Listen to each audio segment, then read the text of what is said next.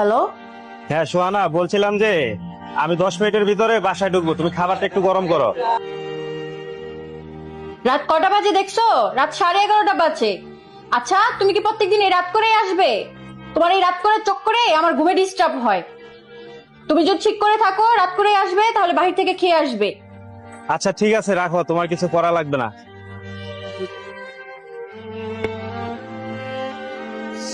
বৌমা, হ্যাঁ মা, বলুন। শোনো, যখন কোনো মানুষ বাইরে বের হয় না তখন শুধু কাজের জন্য বের হয় না, পুরো পরিবারের দায়িত্বটা কাঁধে নিয়ে বের হয়। সে পুরো পরিবারের মুখে দুমুঠো ভাত তুলে দেওয়ার জন্যই বের হয়। দুবেলার রান্না করা অনেক সহজ, কিন্তু দুবেলার খাবার জোগাড় করা অনেক কঠিন। এজন্য বলছি, যে ঘরে খাবার জোগাড় করে তাকে সম্মান দেওয়া উচিত, কারণ সে যদি রোজগার বন্ধ করে দেয় না, তাহলে বুঝবে দুবেলা খাবারের কি দাম। মা, আমার অনেক বড় ভুল হয়ে গেছে, এরপর থেকে আর এরকম হবে না।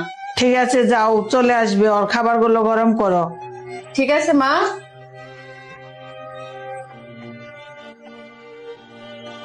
এই, তুমি চলে আসছো, তোমার জন্য খাবার গরম করছি, ফ্রেশ হয়ে তাড়াতাড়ি খেতে আসো।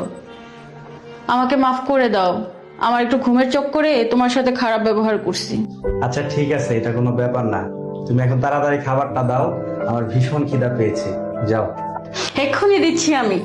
যে মানুষটা পরিবারের সকল সদস্যের জন্য অন্ন জোগাতে নিরলস পরিশ্রম করে সারাদিন সারা বছর, পরিবারের সকল সদস্যের উচিত সেই মানুষটার প্রতি যত্নশীল হওয়া।